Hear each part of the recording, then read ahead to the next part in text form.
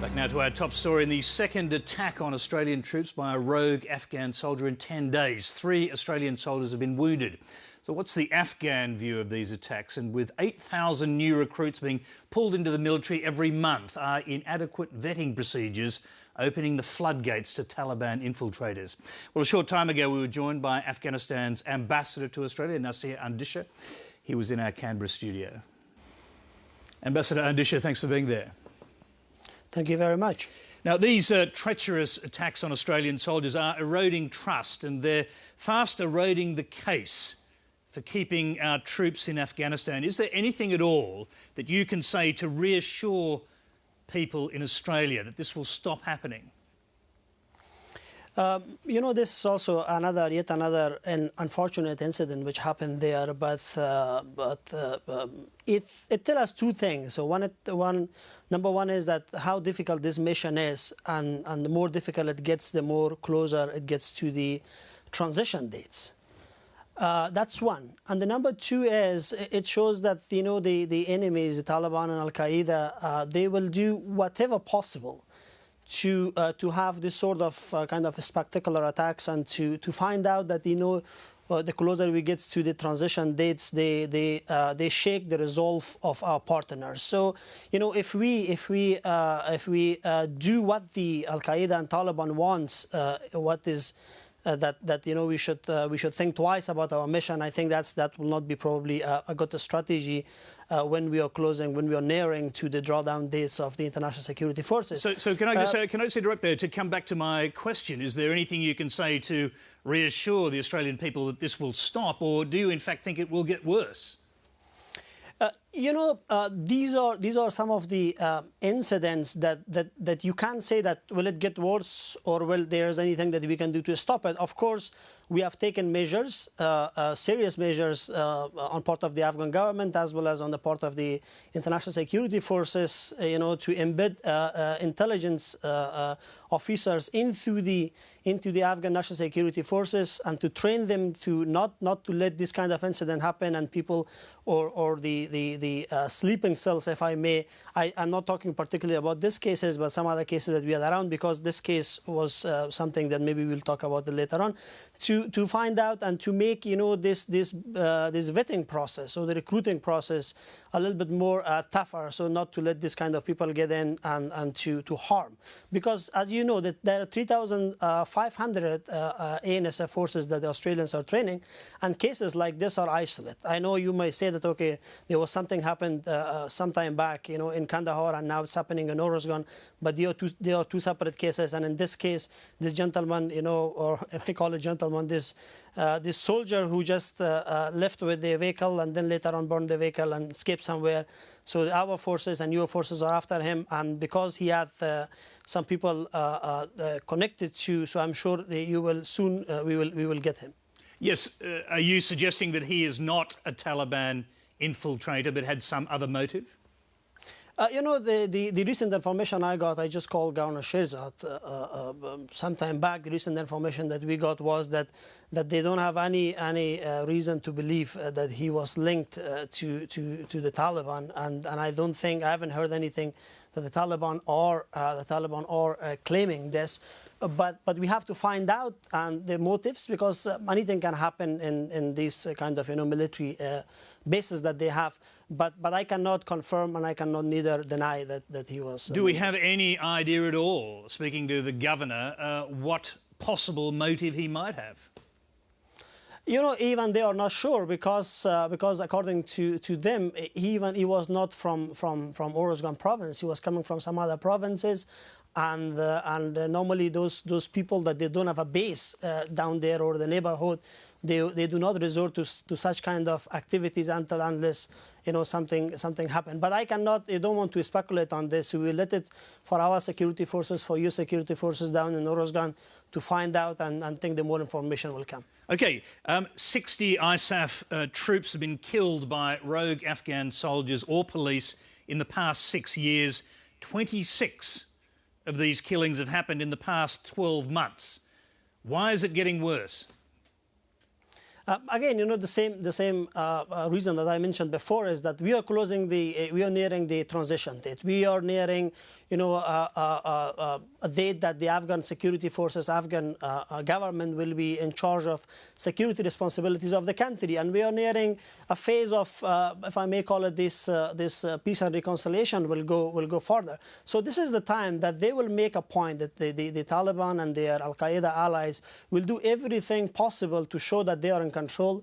They are there because they lost many grounds in the south. They lost grounds around Lashkargah and Kandahar as a result of the surge, and they do not have proper districts that they control like they had before. So okay, they will resort but in this kind of... I'm sorry to interrupt you there, but you seem to be saying, although in the case that we're just talking about, where the Australian soldiers were shot, you don't necessarily believe it's a Taliban infiltration, but you seem to be saying that most of the incidents are due to the Taliban. Is that correct? Yes, the information that we got recently that they claimed, actually, the Taliban at least claimed, their spokesperson claimed that these were, their friends, the people that they have been into this. And some cases that our NDS got recently in Kabul show some link between these rogue elements and the networks of Taliban and Haqqani network. Yes, because the US Army, investigating some of these cases, have discovered that Taliban actually are cold calling the mobile phones of recruits, that behind the scenes they're going to their relatives and asking them for their help to recruit them to turn their guns on foreign troops. Now, do you believe that is the fundamental thing that's going on then? I haven't heard of this, but I know that they are approaching the family members, sometimes intimidating the family members in few cases around Ghazni province. That the parents, some other family members, sometimes they're taking them hostages to make these people do something like this. So they will probably have no choice doing that. So yeah, there are cases like that, but I don't know how far is that.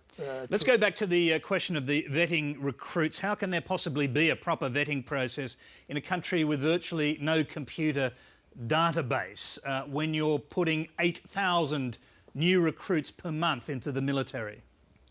Again, you see this another challenge, there's another contradictions of what we do. On the one hand, we are pushing for the transition, we are pushing for increasing the number of Afghan security forces because we need, when we believe that the security of Afghanistan should be taken care by the Afghan themselves, after 10 years. This is something that we agreed, the International Security Force agreed in Lisbon, and we are committed to do this. And on the other hand, these challenges like this, that of course, you have the tendency, you have a deadline to have this number of soldiers, and on the other hand, you have a problem like this. So what we do on the ground is that, of course, the biometric, the computer system, the way that it's there in this country or some other developed countries, we don't have it. But we do our most not to have cases like this. For example, we try to get some of the elders from the villages, or people that they are known, the mullahs, the khans, the head of the shuras, the councils, to come forward and to guarantee these people when they are entering the security forces, and that is at the least that we can do. But that is precisely the problem, isn't it? I mean, as I understand the vetting procedure, it only requires one, possibly two elders within a community to sign a note saying, I know this person. And in many cases, as we've learnt, they don't actually know them at all, and yet they sign it under pressure for one reason or another. So it's not exactly a vetting procedure, is it? I think that there are improvements. There are improvements on this cases. So we try to find out that if that person who is coming forward to certify, if I may, this person should be a known person, should have a proper address, should be available when we contact him. When it's needed. And on the other hand, the biometric system, there is a intensive work going on the biometric system. Most of the soldiers, both in the army and in the police, where they are entering into the both forces, the biometrics are taking. So that is a process which is going on, and hopefully we will be able by the end of this 2012 to have a full biometric system, at least for our security forces. After a series of these kind of rogue attacks on US troops, the US Army sent 80 counterintelligence officers in to do a new round of vetting on the soldiers they were working with. Should the Australians consider doing the same thing? You know, this is something that I will probably leave it to the Australian commanders back in Uruzgan and Kabul to decide to see if that's an appropriate procedure for them to take. But one thing I understand is that the Australian government, there is a consistency in their policies. And that shows, you know, a good grasp of the national security interests of Australia when it comes to mission in Afghanistan. And the recent visit of Prime Minister Julia Gillard, recent successful and timely visit, is, I think, is one of the evidence of this consistency in the policy. So these kind of attacks will happen. It depends on how we look at it, and it depends like what measures we will take to really, you know, on one hand, reduce the damage that might cause to the mission, and on the other hand, really protect our soldiers on the ground. Would the Afghan government be prepared to assist the Australian military if a new round of vetting was required on the troops that are working with the Australians? You know, in principle, why not? This is something, again, you know, our Ministry of Defense and then our friends, our Australian friends and also American friends in Kabul might be already in discussion with our national security leadership. And I'm sure if they find out that, yes, there is a need for something to happen, certainly, you know, we don't want this kind of incident to happen. Neither you want incident like this to happen, to put political pressure on your people and on your government in here. Okay, final question then. Would you acknowledge that the vetting procedure is clearly not working appropriately at the moment when we've had these 3 attacks in a short space of time on Australian soldiers? I might not do that, because, you know, statistically, if you take 2 incidents out of 3,500, I don't know, that will come to 0.000 something percentages. But it will not tell us that, no, we should not go to reinforce our vetting system. We should not go out and to find out to avoid cases like this in future. But I might not tell that, you know, there is, you know, a huge mistake in the vetting process. We do our best. You officers and soldiers are doing their best, but I think that's not enough. Maybe we will do more than this, and we are learning, and that's of course a painful learning. Ambassador Andisha, we thank you very much for taking the time to come and talk to us on Late Line tonight. You're welcome.